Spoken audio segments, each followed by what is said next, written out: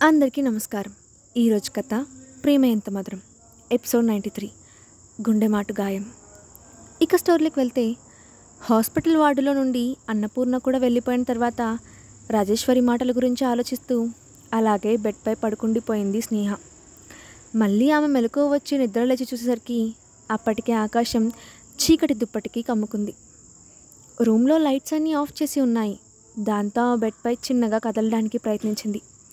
అప్పుడే తన పక్కన మరో వ్యక్తి ఉన్నాడని గమనించింది. దాంతో అక్షయ్ ఎప్పుడు వచ్చాడు అని అనుకుంటూ వెంటనే పక్కకు తిరిగి చూసింది స్నేహ. అతను కొంచెం కూడా కదలకపోవడంతో అప్పటికే గాఢ నిద్రలో ఉన్నాడని అర్థం చేసుకుంది. నిద్రపోతున్న అతని ముఖం చూడగానే ఆమెకు గిల్టీగా అనిపించింది. నా కోసం హాస్పిటల్కి కంపెనీకి తిరుగుతూ అలసిపోతున్నాడు, కానీ ఎక్కడ ఆ శ్రమ కనపడనీయకుండా చూసుకుంటూ కంపోజ్డ్గా ఉంటున్నాడు. రాజేశ్వరి గారు చెప్పింది నిజమే. అక్షయ్ ఈ సామ్రాజ్యాన్ని తన కష్టం మీద బిల్డ్ చేసుకున్నాడు. ఇప్పుడు నా వల్ల అంతా తారుమారైపోతుంది అని అనుకుంటూ అక్షయ్ ముఖాన్ని తదేకంగా చూసింది.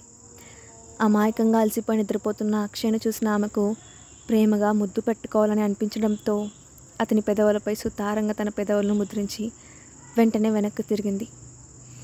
ఆమె కళ్ళ నుండి నీటి చుక్కలు రాలిపోయాయి. ఫ్యూచర్లో మళ్ళీ ఇలాంటి అవకాశం తనకు రాదని అనుకుంది. ఆ తర్వాత ఆమెకు సరిగ్గా నిద్ర పట్టలేదు. మెదడంతా ఆలోచనలతో మొద్దుబారిపోయింది. కాసేపటికి అక్షయ్ కూడా మెల్లగా కదులుతూ నిద్రలేచాడు. అది చూసిన స్నేహ కదలకుండా కళ్ళు మూసుకుంది.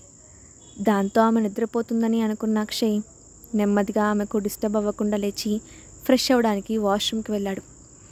10 నిమిషాలు అతను తిరిగి వచ్చేటప్పటికి స్నేహ కూడా లేచి సోఫాలో కూర్చొని కనిపించింది. ఆమెను చూడగానే అక్షయ్ నవ్వుతూ, లేచావా, గుడ్ మార్నింగ్ అంటూ విష్ చేశాడు. గుడ్ మార్నింగ్, ఈరోజు హాస్పిటల్ నుంచి ఇంటికి వెళ్ళాలనుకుంటున్నాను అని అంది.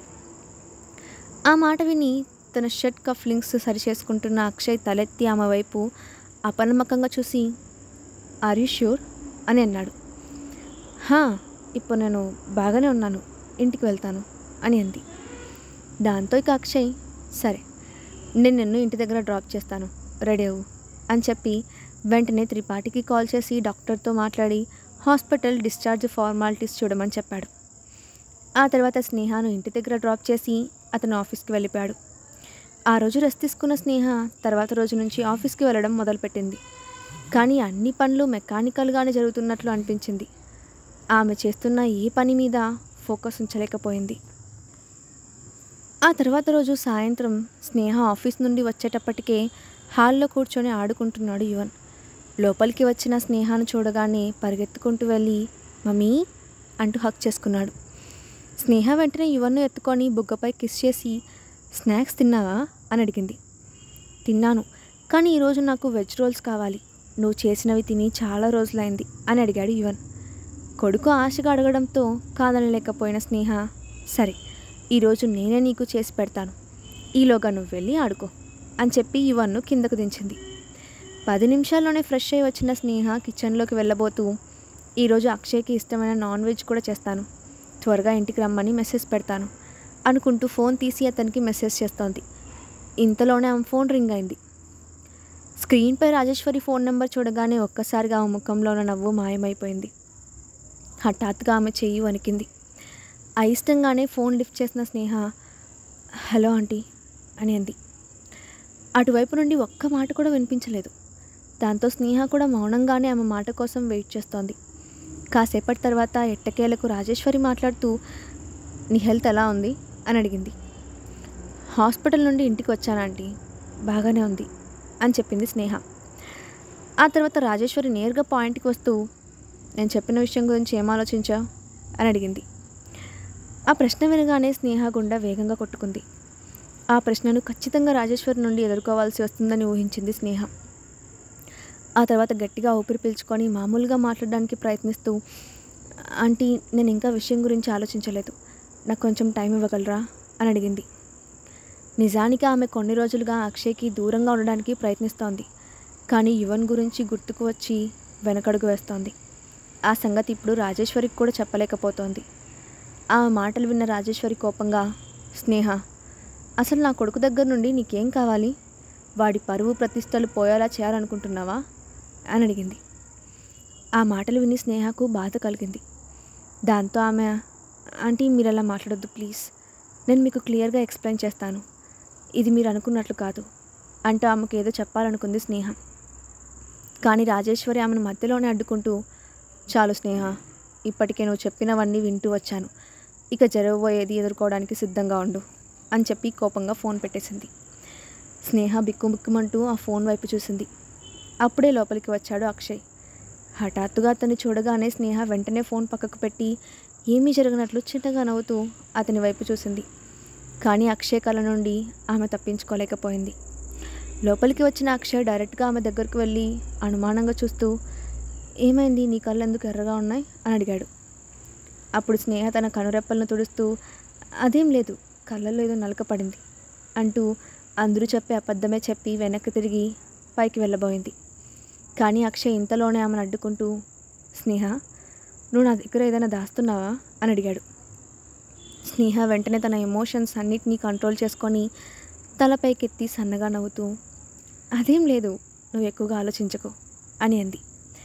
ఇంతలో యువన్ పరిగెత్తుకుంటూ వచ్చి అక్కడ అక్షయ్ను చూసి, హాయ్ డాడీ, నువ్వు త్వరగా ఫ్రెష్ అయ్యిరా, ఈరోజు మమ్మీ మన కోసం వెజ్ రోల్స్ చేస్తుంది, మనం ఎంజాయ్ చేయొచ్చు అని అన్నాడు. దాంతో స్నేహకు తాను యువన్కి వెజ్ రోల్స్ చేసి పెడతానని చెప్పిన విషయం గుర్తొచ్చింది. కానీ రాజేశ్వరి ఫోన్ వల్ల ఆమె మూడ్ మొత్తం డిస్టర్బ్ అవడంతో ఆమె వెంటనే మోకాళ్ళపై కూర్చొని యువన్ భుజాలు పట్టుకొని, సారీ యువన్, నాకు ఈరోజు కొంచెం అలసటగా ఉంది, రెస్ట్ తీసుకోవాలనిపిస్తుంది, నేను నీకు ఇంకో రోజు చేసి పెడతాను అని అంది. ఆ మాట విని యువన్ కొంచెం నిరాశపడ్డాడు. అయినా తన తల్లి అలసటగా ఉందని చెప్పడంతో వెంటనే, సరే మమ్మీ, నువ్వు వెళ్ళి రెస్ట్ తీసుకో, మనం వెజ్ రోల్స్ ఇంకో రోజు చేసుకుందాం అని అన్నాడు. చెప్పగానే యువన్ అర్థం చేసుకోవడంతో స్నేహ వెంటనే యువన్ను చెంపపై కిస్ చేసి థ్యాంక్ యూ అని అంది. అప్పుడు అక్షయ్, నీకు ఆఫీస్లో వర్క్ ఎక్కువగా ఉందా అని అడిగాడు. ఇక నేను వెళ్ళి రెస్ట్ తీసుకుంటాను, నాకు ఈరోజు డిన్నర్ కూడా తినాలని లేదు, మీరు తినేసి పడుకోండి అని చెప్పి హడావిడే తన రూమ్కి వెళ్ళిపోయింది. అక్షయ్ పదే పదే అడిగితే అతనికి ఎక్కడ నిజం చెప్తానో అని భయపడిపోయింది స్నేహ. అందుకే వీలైనంత త్వరగా అతన్ని తప్పించుకొని గదిలోకి వెళ్ళి డోర్ లాక్ చేసి దీర్ఘంగా ఒక నిట్టూర్పు విడిచింది. నైట్ డిన్నర్ తర్వాత అక్షయ్ తన స్టడీ రూమ్లోకి వెళ్ళాడు. కొన్ని రోజుల్లో వేద ఫ్యామిలీ మీట్కి అటెండ్ అవ్వాల్సి ఉన్నందువల్ల అతను ఆ పనుల్లో బిజీగా ఉన్నాడు. కానీ ఎంత పని చేస్తున్నా మధ్య మధ్యలో స్నేహ ముఖం అతని మనసులో కదలాడుతోంది. ఆమె ఎందుకో చాలా డల్గా ఉందని అనిపించింది. దాంతో వెంటనే త్రిపాఠికి కాల్ చేశాడు అక్షయ్. అటువైపు నుంచి త్రిపాఠి కాల్ లిఫ్ట్ చేయగానే, ఈ మధ్య ఆఫీస్లో స్నేహకు వర్క్ లోడ్ ఎక్కువైందేమో, ఒకసారి చెక్ చేయండి, ఒకవేళ లోడ్ ఎక్కువగా ఉంటే తగ్గించేందుకు ఏర్పాట్లు చేయండి అని చెప్పి కాల్ కట్ చేశాడు. అది విన్న త్రిపాఠి ఆశ్చర్యపోతూ కట్ అయిన ఫోన్ వైపు అయోమయంగా చూశాడు. ఇంత అర్ధరాత్రి ఫోన్ చేసి తన భార్య బిజీగా ఉండకుండా చూడాలని చెప్తున్నారు, బాస్ ఈ మధ్య చాలా మారిపోయినారు అనుకున్నాడు. ఇన్ని సంవత్సరాల్లో అక్షయ్ ఎవరి వర్క్ విషయంలో ఇంటర్ఫియర్ అవ్వడం అతను చూడలేదు. కానీ తన భార్య విషయానికి వచ్చేసరికి ఆమె అలసిపోకుండా చూడాలని అనుకుంటున్నాడని అర్థమైంది. దాంతో చిన్నగా నవ్వుకొని, బాస్ మేడంను నిజంగా లవ్ చేస్తున్నారు అని అనుకొని తాను చేయాల్సిన పని గురించి ఆలోచించాడు. ఆ తర్వాత రోజు సాయంత్రం ఇంపీరియల్ విల్లాలో గార్డెన్లో ఉన్న రాజేశ్వరి తనకి ఎంతో ఇష్టమైన గార్డెనింగ్ చేస్తూ ఉంది. దాత్రి తనకు ఈ మధ్య ఇచ్చిన కొన్ని రేర్ టైప్ ఫ్లవర్ ప్లాంట్స్ను తోటలో పెట్టించి వాటికి నీళ్లు పెడుతూ ఉంది. ఆ తర్వాత ఆ మొక్కల్ని ప్రేమగా తాకుతూ, నిజంగా దాత్రి చాలా తెలివైన అమ్మాయి, కొంచెం కూడా ఈగోలేదు, చాలా ఫ్రెండ్లీగా ఉంటుంది, ఇలాంటి అమ్మాయి వేద కుటుంబానికి కోడలైతే బాగుంటుంది అనుకుంది. అప్పటికే దాత్రి అక్షయ్ని ఇష్టపడుతూ ఉందని అప్పుడప్పుడు వింటూ ఉంది రాజేశ్వరి. అందుకే ఆ విషయాలను దృష్టిలో ఉంచుకొని దాత్రిని ఆ రోజు డిన్నర్కి రమ్మని పిలిచింది. ఆమె దాత్రి గురించి ఆలోచిస్తున్న సమయంలోనే ఆంటీ అంటూ పిలుపు వినిపించడంతో అటువైపు చూసింది రాజేశ్వరి. దాత్రి నవ్వుతూ తన వైపే వస్తూ కనిపించింది. ఆమెను చూడగానే రాజేశ్వరి ముఖం వెలిగిపోయింది. వెంటనే సంతోషంగా ముందుకు వెళ్ళి, దాత్రి రా, నీ గురించి అనుకుంటున్నాను, నువ్వు ఇచ్చిన మొక్కలు చూడు, చాలా అందంగా పూలు కూడా పూసాయి అని అక్కడున్న పూల మొక్కల వైపు చూపించింది. దాత్రి నవ్వుతూ అటువైపు చూసి, మీరు వాటిని చాలా ప్రేమగా పెంచుతున్నారా ఆంటీ, అదంతా మీ గొప్పతనం అని అంది. ఆ మాటకు రాజేశ్వరి ఆమె వైపు ప్రశంసాపూర్వకంగా చూసి, నువ్వు ఎప్పుడు ఇంత చక్కగా ఎలా మాట్లాడతావు? నిన్ను చూస్తే ముచ్చటేస్తుంది అని అంది.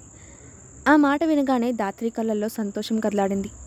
వెంటనే ఆమె వినయంగా, అదంతా మీ అభిమానం ఆంటీ అని చెప్పింది. అప్పుడు రాజేశ్వరి ఒక క్షణం ఆలోచించి, ధాత్రి, నేను ఒక మాట అడగనా అని అంది.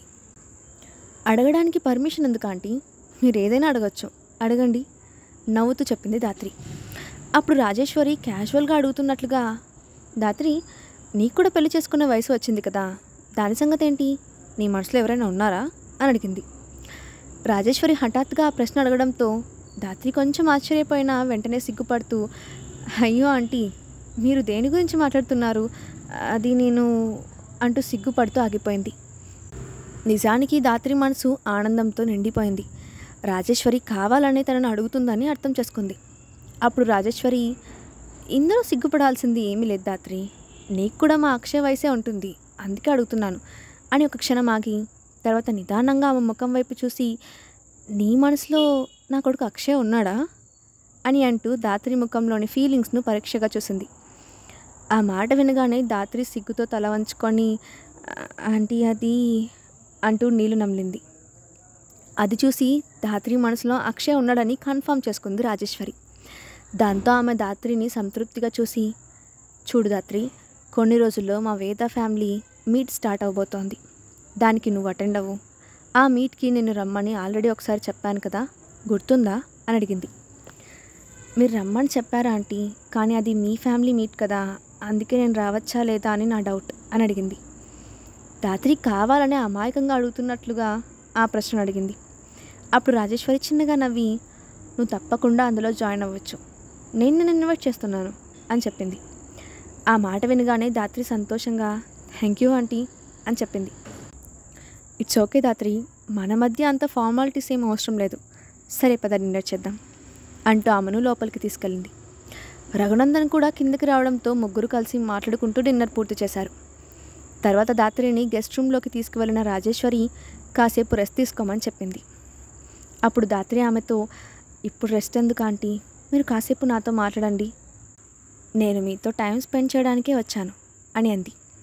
దాంతో రాజేశ్వరి నవ్వుతూ, సరే అంటూ ఆమె పక్కనే కూర్చుంది. అప్పుడు ధాత్రి నెమ్మదిగా, ఇప్పుడు అక్షయ్ ఎలా ఉన్నాడు ఆంటీ? నేను అతన్ని కలిసి చాలా రోజులైంది, ఈ మధ్య బిజినెస్లో చాలా నెగ్లెక్ట్గా ఉంటున్నాడని విన్నాను అంటూ నెమ్మదిగా అక్షయ్ విషయాలు రాబట్టడానికి ప్రయత్నించింది. ఆ మాటకు రాజేశ్వరి కొంచెం ఇబ్బంది పడుతూ బలవంతంగా నవ్వి, అదేం లేదు ధాత్రి, వాడెప్పుడూ బిజినెస్ నెగ్లెక్ట్ చేయడు, కానీ ఈ మధ్య వాడి ఫోకస్ కొంచెం తగ్గింది, బట్ ఏం పర్లేదు, నేను త్వరలోనే అంతా సెట్ చేస్తాను అని అంది. ఆ మాటలు అంటున్నప్పుడు స్నేహ రూపం ఆమె కళ్ళ ముందు మెదిలింది. ఎంత ట్రై చేసినా ఆ స్నేహ అక్షయ్ని వదిలి వెళ్ళడానికి ఒప్పుకోవడం లేదు. ఇక త్వరగా దీనికి పరిష్కారం వెతకాలి అని అనుకుంది. రాజేశ్వరి అంతా సెట్ చేస్తానని చెప్పగానే ధాత్రి కళ్ళల్లో కూడా ఇక స్నేహ తన దారికి అడ్డు రాదనే నమ్మకం కనిపించింది. ఆ తర్వాత కాసేపటికి ధాత్రి లేచి, ఆంటీ, ఇక నేను బయలుదేరుతాను, మరో రోజు తప్పకుండా వస్తాను అని చెప్పింది. దాంతో రాజేశ్వరి అయిష్టంగానే తలుపుతూ, ఇంకొంచెం సేపు ఉంటే బాగుండేది ధాత్రి, అయినా పర్వాలేదు, ఈసారి లంచ్కి రా, అప్పుడు ఎక్కువ టైం స్పెండ్ చేయొచ్చు అని అంది. ఓకే ఆంటీ అంది ధాత్రి. ఆ తర్వాత గది నుండి బయటకు వచ్చిన రాజేశ్వరి ఆ ఇంటి బట్లర్ను పిలిచి, మేడంను జాగ్రత్తగా ఇంటి దగ్గర దింపిరా అని చెప్పింది. అదంతా ఏం అవసరం లేదా ఆంటీ, నేను కారులో వచ్చాను, డ్రైవర్ కూడా ఉన్నాడు అని అంది ధాత్రి. లేదు ధాత్రి, మా ఇంటి ఆడవాళ్ళను ఇలా గౌరవంగా పంపడం మా సాంప్రదాయం, నీ కార్ డ్రైవర్ తీసుకొస్తాడు, నువ్వు మా దాంట్లో వెళ్ళు అని చెప్పి బట్లర్ వైపు చూసి కార్ తీయమని చెప్పింది. దాంతో ధాత్రి మనసులోనే సంతోషించింది. ధాత్రి తనను వేద ఫ్యామిలీకి సంబంధించిన అమ్మాయి అని చెప్పిందంటే ఖచ్చితంగా అక్షయ్తో తన పెళ్లి జరిపించడానికి రాజేశ్వరి గ్రీన్ సిగ్నల్ ఇచ్చినట్లే అని ఆమెకు అర్థమైపోయింది. ఆ ఆలోచనతో తన కళ్ళల్లో ఆనందాన్ని అంతగా కప్పిపుచ్చుకోలేకపోయింది. వెంటనే రాజేశ్వరి కాళ్ళకు నమస్కరించి ఆమెను హక్ చేసుకుంది. రాజేశ్వరి కూడా ఆమెను ప్రేమగా దగ్గరికి తీసుకుంది. ఆ తర్వాత అరగంటలో ఇంటికి చేరిన ధాత్రి నేరుగా వెళ్ళి బెడ్పై వాలి త్వరలో తాను అక్షయ్తో జంట కట్టబోతున్నానని ఊహించుకుంటూ కలల్లో తేలిపోయింది. కానీ ఆ కలల మధ్యలో కూడా స్నేహ అడ్డుగా రావడంతో ఆమె మూడు పాడైపోయింది. దాంతో చిరాగ్గా లేచి కూర్చొని, అక్షయ్కి నాకు మధ్య ఉన్న ఈ అడ్డును రాజేశ్వరి ఆంటీ సెట్ చేస్తానని చెప్పింది. కానీ నేను కూడా అంత ఈజీగా వదిలేయకూడదు. త్వరలో జరగబోయే వేద ఫ్యామిలీ మీట్కి అక్షయ్ ఆ స్నేహాన్ని తీసుకొని వచ్చాడంటే మొత్తం పాడైపోతుంది. ఇది జరగకుండా ఉండాలంటే త్వరగా నేను కూడా ఏదో ఒకటి చేయాలి అనుకుంది. ఆమె మెదడులో ఒక దుర్మార్గపు ప్లాన్ ఊపిరి పోసుకుంది. స్నేహను అడ్డు తప్పించడానికి ధాత్రి ఏం ప్లాన్ చేయబోతోంది? స్నేహ బాధకు అసలైన కారణాన్ని అక్షయ్ తెలుసుకోగలడా? నెక్స్ట్ పార్ట్లో చూద్దాం. ఈ స్టోరీ అప్డేట్ ఎలా ఉందో కింద కామెంట్ బాక్స్లో మీ ఒపీనియన్ని షేర్ చేయండి. అలాగే ఇలాంటి మరిన్ని స్టోరీస్ కోసం మా ఛానల్ సబ్స్క్రైబ్ చేసుకోండి. Thanks for watching.